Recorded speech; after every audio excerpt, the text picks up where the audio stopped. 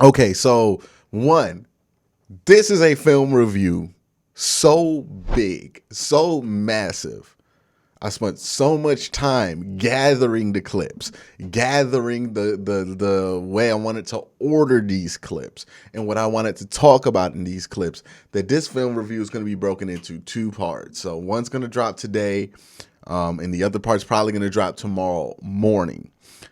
This part is going to be about the Browns' run issues, right? Why have they not been able to run the ball the last couple of weeks? And what in the Buffalo Bills game demonstrated why they have that inability right now to run the ball effectively. So that's one part of it. The other part, the second part, will be going over all of the run game issues and then comparing the run game issues to other teams and seeing exactly what's normal and what's not, right? What is diabolically bad about this defense? Who really should not be coming back? Who's really the problem, right? Because again, it's easy to say these things with the broadcast angle. I want to do this with the film room. So that is what these next 2 days will be about. We're doing a gigantic film breakdown. Make sure you're subscribed. With videos like these, I always like to push the Patreon because the Patreon makes things like this possible.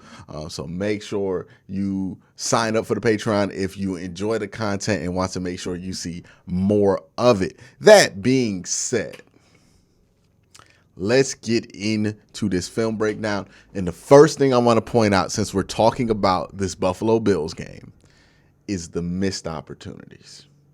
The Browns had 3 key missed opportunities that if they would have capitalized on these things, they would have won the game. Or I think they would have had a much, much higher chance to win the game if they capitalized on these opportunities when they popped up. They had 3 chances, 3 strikes and you're out. That's what the Browns had. They had enough chances to beat the Buffalo Bills. They did not capitalize on them. All right, so what are these opportunities that I'm referring to? Well, let's talk about them, right? So this one right here is the first missed opportunity. Let's check it out.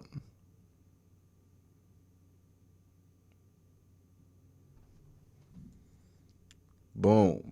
All right, so what we have here is Harrison Bryant running an angle route, right? Well, no, he's just running a regular old corner post route in the middle of the field. Jacoby Brissett throws this a little high for a reason, right? If we see the reason here is because he is being pressured, right? If we move the clip slightly forward, we're going to see that Jacoby Brissett is in fact being pressured, right? So he has somebody coming straight into his face. So the release point of this ball has to be a little higher. Here's the reality. We can complain and say Jacoby didn't put the ball on the right spot for him. The reality is the reason tight ends especially are asked to be in the middle of the field is because oftentimes the balls thrown in the middle of the field are going to be high.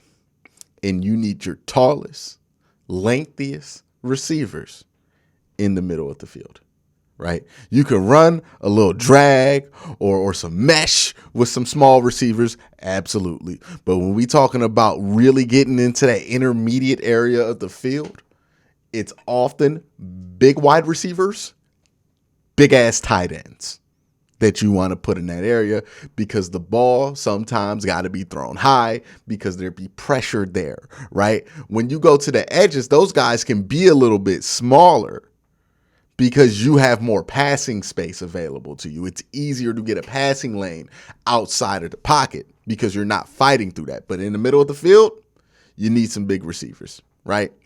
That's why they're throwing to the tight end. And if you're a tight end, in the NFL especially, you know this. Your ability to catch a ball that's a little high is your ability to stay in the league. Unless you're one hell of a blocker, that's your ability to stay in the league. If you cannot come down with these passes as an NFL tight end. You are not an NFL tight end that's going to get a second contract worth anything. You are just some guy that's going to bounce around teams for a while. You got to make this catch. This is a pro NFL tight end catch. You got to make the catch. And Harrison Bryant, for whatever reason, just did not come down with this. And this will not be the only time we're talking about Harrison Bryant in this segment. Just does not come down with it, right? It's not even that high. We go to the other angle and see right here, Brissett drops back, pressure in his face. You see that's a big old dude in his face, so he needs to get this ball high so it doesn't get tipped up in the air and intercepted by a defensive lineman or something like that. Throws it high, sure. But come on, man. That ball is so catchable. And Harrison Bryant just sells, man. He just sold it. All right, missed opportunity number 2. Drop snap. You're in plus territory.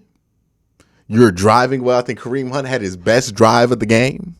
You're driving well. You're moving upfield. Things look good. Things look like you're about to go up 14-0 on the Buffalo Bills. And then you fumble this snap, and then the Bills get 3 points, and the game's never the same again. So that's missed opportunity number 2. Boom. Missed opportunity number 3. You get a beautiful play call, and this thing works. Works. Harrison Bryant. And it's unfortunate we have to highlight him twice. But Harrison Bryant, who is right here, is so incredibly open, right? Pay attention to there, right? Right? And right here, he don't got to move a single inch, man.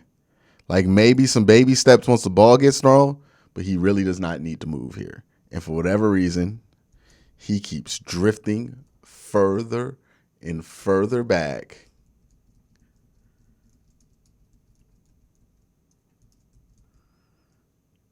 Until he almost backs himself out the end zone. Yes, it's a high pass. I would like to remind you what the pocket looked like when he threw this ball. And again, tight ends got to catch those high passes. That's why they're on the field. If tight ends weren't supposed to catch high passes, then the average tight end would be 6 foot, 300 pounds, and just be a small, chubby dude blocking. They would be a fullback if the idea wasn't, hey, let's catch the ball every once in a while, right? Let's catch some high balls. You know what I mean? Over the middle of the field. That's the express purpose of a tight end as a receiver. He's wide open here. Once you put your hands up, just stop.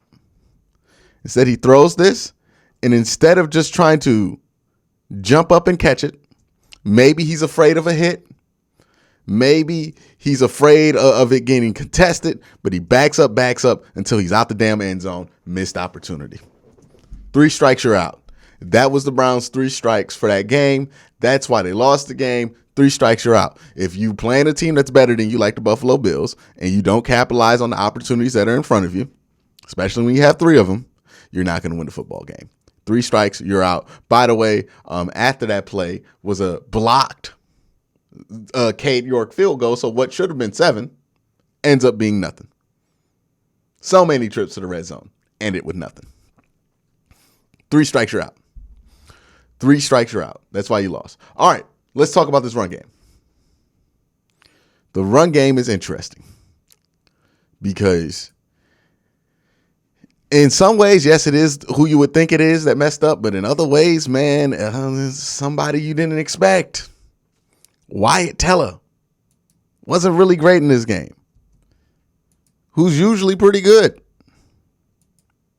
But for whatever reason, he had a bad game. Wyatt Teller did not have a house of pancake level game today.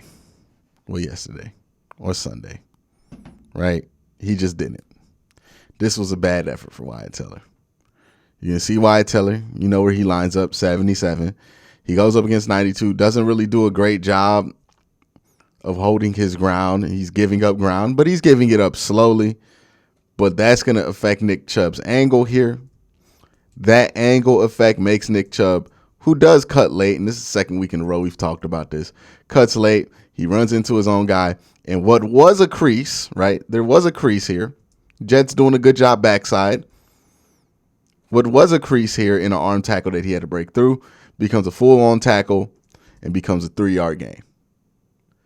That's on Wyatt. That's on Nick. That's kind of on Freeholt, but it's really on those two players. Because those are the ones that we expect to be better than that. All right. There were some things that went well. I thought Kareem Hunt had a good game in the run-wise. I thought he played well. Mainly because I just don't think he was thinking as much as Nick Chubb was. Like, I think Nick Chubb was thinking a little bit more than he needed to in this game. And I think Kareem was just making his decision off jump, right? Like off vibes. I thought he played well because of that. Like right here in this play, you can see the same stack boxes that Nick Chubb's going against. He gets here. There's a man up there, but he made his decision that he's going downhill no matter what and just kind of shot out a cannon there. Right. So he was just able to get away from it because he wasn't really trying to process or see what was going on and slow things down. He was just going. And I think that's one thing Nick Chubb can learn is, hey, on days where your center or your guard or whoever it is on the offensive line just ain't got it, you got to adjust. Right. And I think Nick Chubb runs the same style no matter who's back there. Sometimes he needs to adjust it, right? Sometimes he needs to realize, hey, my center sucks, so I'm just bouncing out of here to get to the second level. Sometimes you can be patient and get away with it. Sometimes you just got to run with it. And Kareem Hunt being a veteran kind of understood that. I don't think Nick Chubb did as well. And I think that was part of the problem with the run game as well here. Now, this is this like little shotgun pin pull they'd like to run. I think it's a nice little concept. You can see it's successful here. They get the alley that they want, and Nick Chubb gets a nice game. They ran this later, and it wasn't successful, right? Now the question is, why wasn't this successful? Again, this is a successful one. See a nice little alley. Good job by Jet, sealing backside. And then they run it again in this game. Same play. But boom. All of a sudden, it's not there. Yode's getting pushed back. And he's so wide in his base, which he's trying to anchor and give ground slowly. But he's so wide that he clogs up that lane. So it's not there. And then Nick Chubb has to get downhill. He does his little cut. He's trying to make something happen here, which I'm not going to fault him for. But it's also like, hey, the second you see that that's clogged, you got to get your head down, go downhill as fast as possible. You ain't got time to make this cut and try to run around people right now. So he gets stuffed.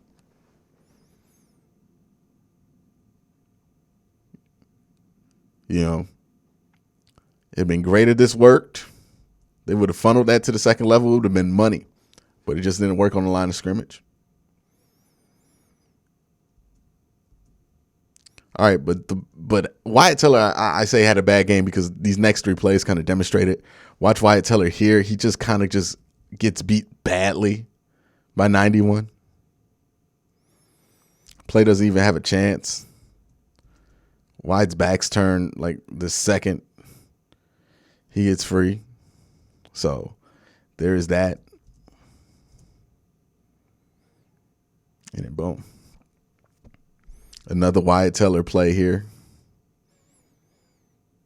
where he tries to get this reach block. He doesn't get a good angle. He ends up just pushing him into the backfield, right into the gap that he's supposed to be in. Right? Like, he got a bad start on this. I don't know why he got a bad start, but he got a bad start on this. Like, his feet weren't great coming out. Something happened. And then he got a bad angle, and then the angle he pushed him in just pushed him into the gap. It's a bad play. This one right here, another Wyatt Teller one. And I believe Yodi has some responsibility on this one too. But yeah, he just does a bad job reaching again. A little late coming out. Not you see Jack has to kind of push him to get him right where he's supposed to be, so he's a little late. It's a dance. Look how much this relies on you being able to get out quick and get to your spot. Because look at everybody else. Right? This is the wildcat play. But look at Yodi gets out. Joel gets out. Jed has good feet, so he gets out quick, even though he doesn't start quick. Everybody gets out except for Wyatt. Wyatt's a little slow coming out. He has to get pushed. That causes him to have a bad angle on this blocker, and that means that blocker stays on his feet. Yodi gets put in a weird situation where now he's getting double teamed kind of after the block, right? So he kind of gets thrown off his leverage because Wyatt throws him right into him. Doesn't really do him a favor here, right? So Wyatt pushes 50 into 72. That messes up 72's angle. 72, because he lost leverage because of the push, now runs into Nick Chubb's cut lane and completely ruins the play. It's not 72's fault. That's actually on Wyatt Teller, in my opinion. Right? Again, just does a bad job with his reach. Late. Bad things happen when you show up late to a party. It was a reach party. He wasn't there on time. This one right here, I don't think Wyatt did a good job. Let me see. No, Wyatt did fine. I mean, I guess. I don't know why I had that marked as like a super bad Wyatt Teller play. It's just a normal play, right? It's really on the center here who kind of blows this whole lane. So he doesn't do a good enough job of keeping his man away from the play and kind of setting a seal. You can see he's still moving. You want butt in his own blocking scheme. Wyatt Teller does get his butt where it's supposed to be, right? And get his man turned. So that's not on Wyatt. That's on Yodi, who also had a bad game. I mean, a bad game. 72 right here. I mean, he's supposed to be a seal. He's not a seal right here. He just completely gets blown up. Well, not completely blown up, but he gets beat here, right? He exposes his outside shoulder, doesn't stick his arm out forcefully enough, and doesn't get that full extension in there. It doesn't really get that arm into his defender's chest, right? So now he's weak. He's not in a powerful position. He gave up leverage. He's giving up hip position, and now he's just real easy to move. He's on roller skates. That then forces Nick Chubb to do what? Cut out. So Nick Chubb had to string this out now. When he strings that out, what was a good angle for Jed, right? Because what Jed's trying to do, and Lord knows people try to clip Jed to death and make him look like the worst tackle to live when he's actually just decent. But Jed's sealing this, and then Yodi's supposed to seal that, right? That's the seal. Nick Chubb's supposed to be able to cut through there and then get to the second level. That's the hope, right? If he gets through the arm tackles in the tunnel. But since Yodi gets beat so completely before anything really matters, it completely changes the play up. And that kind of ruins things for the block Jed was doing, because Jed's sealing and he wants to just get 90 upfield. That's why he kind of just throws him out the way here. He has leverage. Okay, let me get 90 out the way. Boom. He tries to throw 90 out the way. But since Yodi lost his block, now that's where the run play is going. And this dude lucked out. He lost that rep. He's going to get a tackle for loss. He didn't do nothing. He lost the rep to Jed Wills. But since the play got strung out when it wasn't supposed to, now, it's just unfortunate. And we can argue about the technique, if that's the right technique. I think it is. In that angle, that's a fine technique for him to use in that situation. This is the quarterback sneak. I'm only bringing this up because I heard a lot of people talk about this. In the way that they framed the conversation was, why would you quarterback sneak behind your center? And I don't think people understand how quarterback sneaks work. So when you quarterback sneak, a bad quarterback sneaker, a bad one, keyword on bad, will just put his head in the center's butt and run behind him. But that's not what you're supposed to do. There's a gap here and there's a gap there. And I think once we get to the end zone view, you'll be able to see it. But you're really running behind your guards. And your guards were healthy, right? So when we characterize this as, oh, we ran behind a backup center 2 times, you're running behind your guards 2 times. That's why you run the quarterback sneak so often, right? So he runs his quarterback sneak. He tries to get it behind Joe Bitonio. We're going to see it from the other angle. I think what happens here is Conklin gets beat inside and his man blows up the play. So if we look at 55 and 97 here, and we look at Conklin, 78, 97 gets him inside.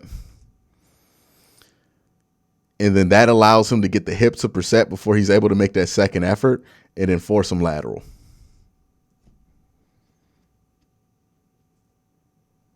But notice, this play is not, let's just push with 72. This play is, let's create a seal on both sides. So that's what they're trying to do, right?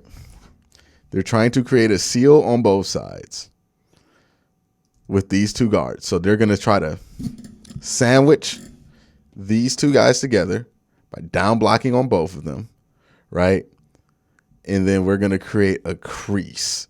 We're going to move this line this way. Create a crease here and a crease there to get 1 or 2 yards, right? That's the idea. It's not just running behind the center. The center really doesn't have that much of an important job other than snapping the ball on the quarterback sneak. So that's not going in with any center that's in there. I don't know why we focus so much on that. You can see here, this is the Jets versus the Bills. They're running a quarterback sneak. Same idea, right? Between the guard and the center, you're really running behind the guard to get that crease, right?